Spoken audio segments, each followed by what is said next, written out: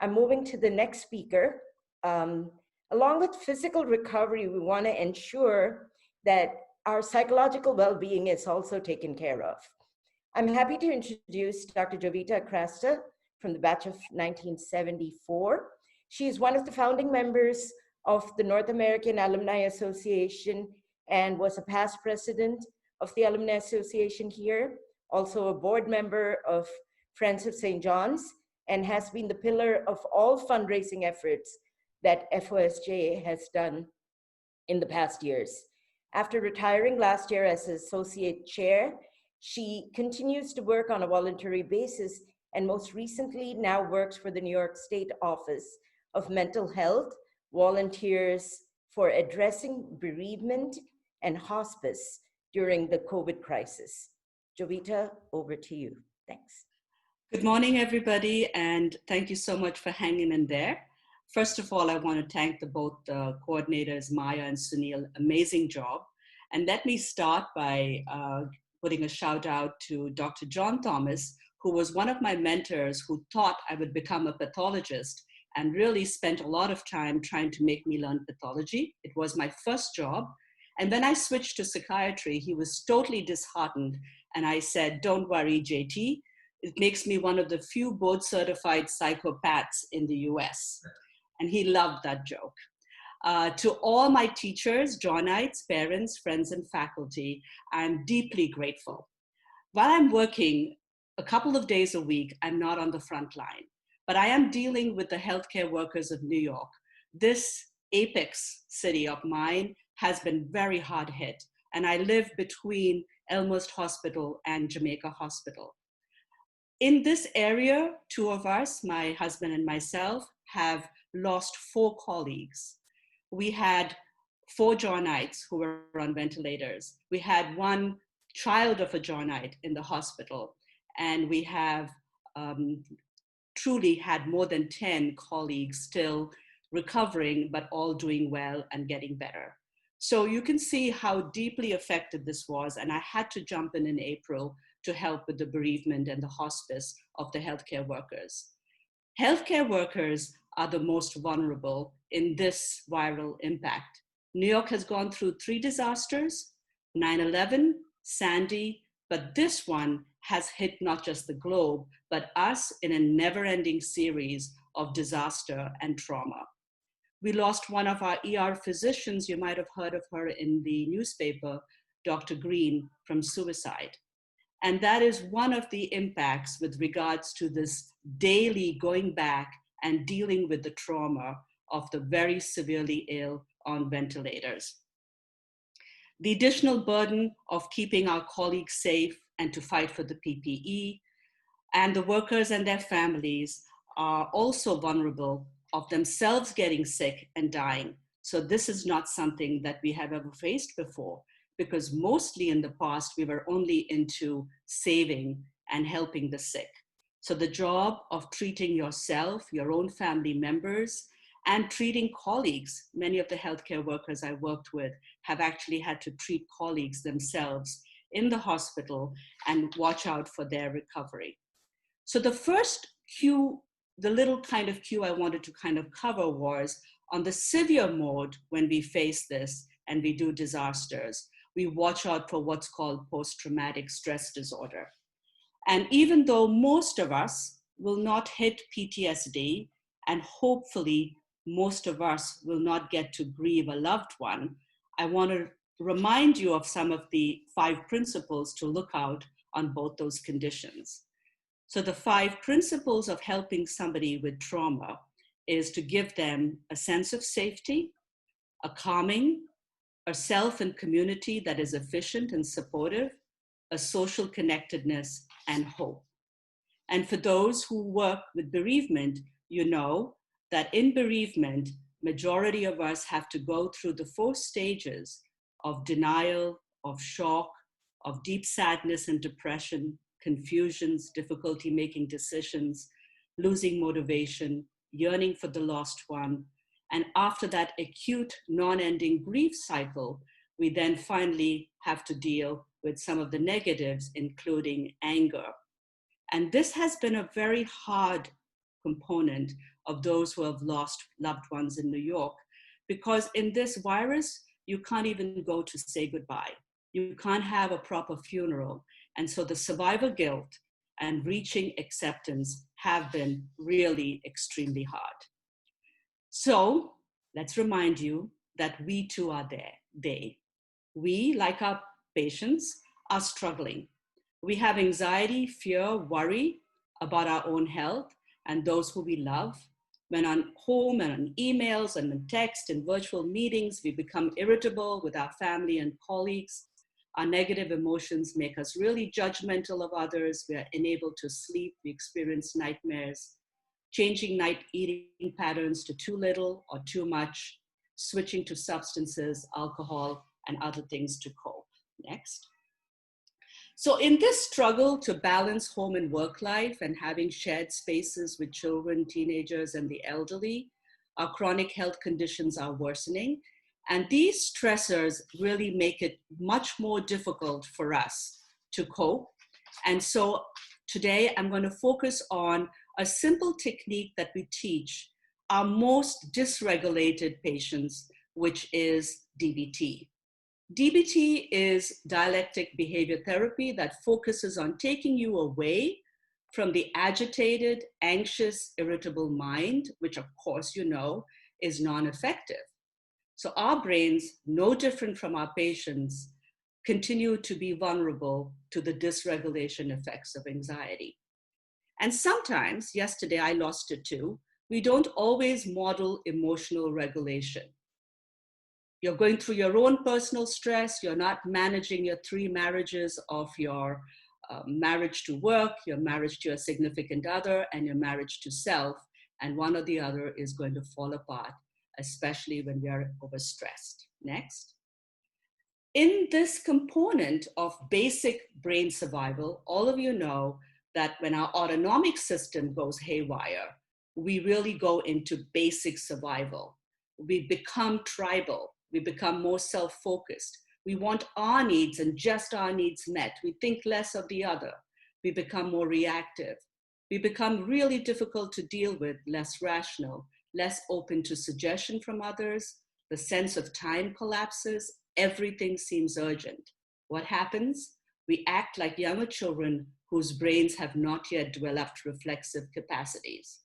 I got an email yesterday from one of my colleagues. I also work with the homeless, and she was asking for me to go out and get him a Metro card. Very simple request, but I kind of just overreacted saying, you know, that's really not my job. That's not something I should do. And I totally lost my centeredness and my wisdom. And what we teach our patients, we can teach ourselves. We can get to wise mind. We can help calm the people around us. We can think, we can solve, we can problem solve.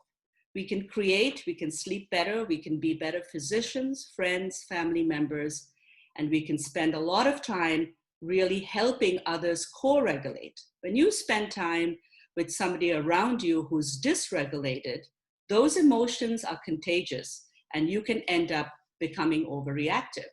On the other hand, you can choose to co-regulate. So you're going to say, all this sounds really great, but how do we do this? So getting to wise mind or self-centeredness, next, is really using a couple of very simple techniques and enhancing the parasympathetic system.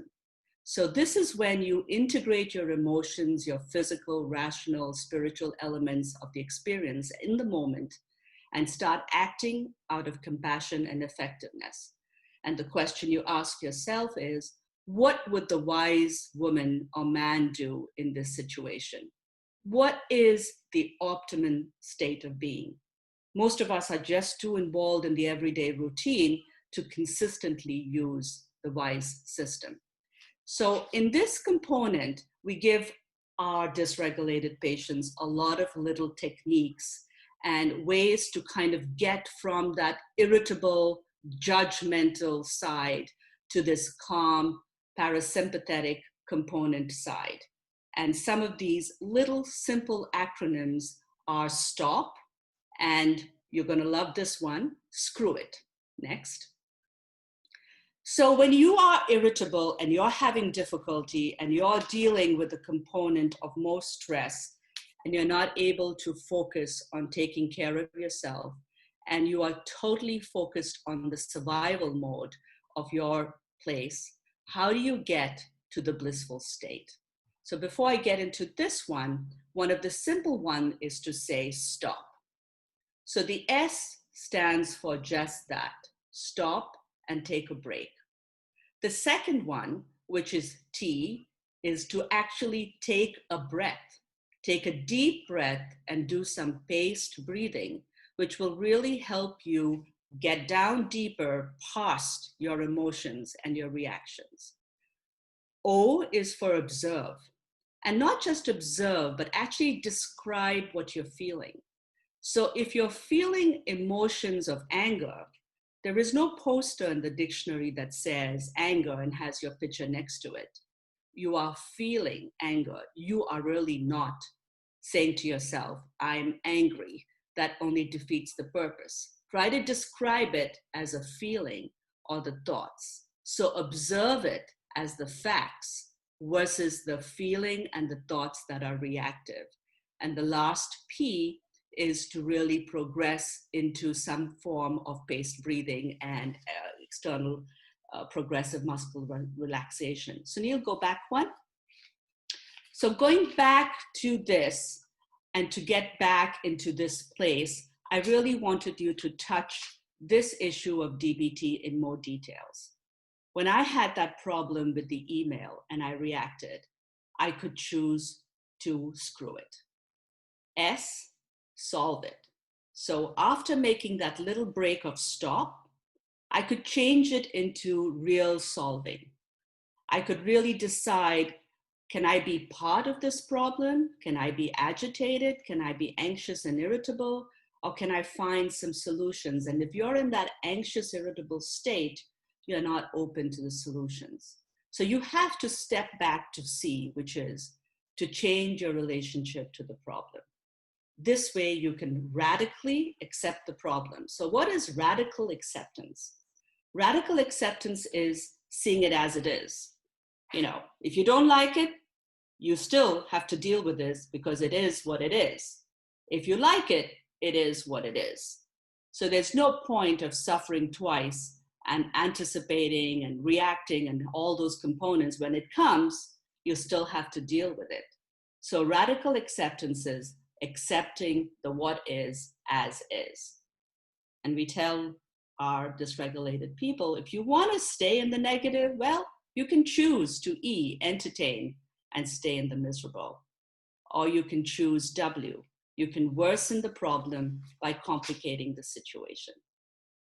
I've been touched by the courage and the resilience and the struggle and still the continued generosity of the 20 families have followed. A 17-year-old boy from Brooklyn was getting ready to apply to medical school and had prepared himself to be a volunteer in Brookdale Hospital. Because of his underlying leukemia, he got the virus and died in March.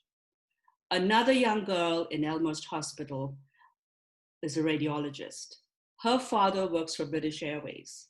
She lost her father over 3 days. Her mother had COVID. She did not know if she brought the COVID home or whether it was brought into the family by her dad who worked for British Airways. And during that crisis and that loss and that difficulty, her grandmother was dying in Wisconsin of cancer. The complications of friends who have not been able to go in and have their medical checkups. And all of this has shown that we have survived as human beings, and we have used our mind and our resilience to do it much more effectively than we know. We have the presence to solve the problem. We have the presence to get centered and to focus. 2 more little tidbits. Work on one thing at a time and try not to take on a big overload at this time, because at this point, we are really going to be facing an uphill task, maybe for weeks, months, or the next year. So as much as possible, keep our lives simple, take care of ourselves, and get to the essence. I rushed through this to just give you the overview of how important it is as a healthcare worker to take care of yourself. You are going to be the leaders. You're going to be the managers of lives around you. And in this pandemic, not only do you need to have centeredness and a great sense of calm, but really further model it for those around you. So in doing so, we can show that moments of great uncertainty can become moments of mental defeat. From the mental health side, from the psychopath, from the senior most panel member in this panel, I want to say thank you and God bless. Thank you, Jovita. Another fascinating talk from you. It's just a pleasure listening to you. In terms of questions, I had a question. It's in regards to a New York Times article from a couple of days ago. I mean, during a pandemic, all of us have anxiety, fear, and to a certain extent, some level of depression.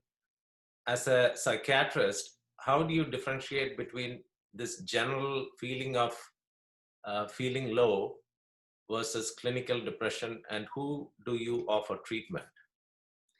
I mean, we have very clear signs and symptoms of a more clinical depression, Sunil. So it would really require upping the ante with regards to those symptoms and thoughts and feelings that really affect your basic functioning. So the generalized anxiety and depression that we have is really stress related. And for most of us, don't reach clinical depression. But it's overtly obvious when you're having negative thoughts. Dr. Green was really struggling with the burden of guilt and fear and anxiety she was having over her people around her. She was having nightmares. You get sleep problems. So it really causes a dysfunction in both your physical and your mental being that is way more than just showing up at work. So if you feel it is affecting your functioning, that's a clue to ask for and to get a referral and better help. Thank you very much. We have, it's taken 2 hours and 12 minutes for the webinar. This talk concludes our webinar.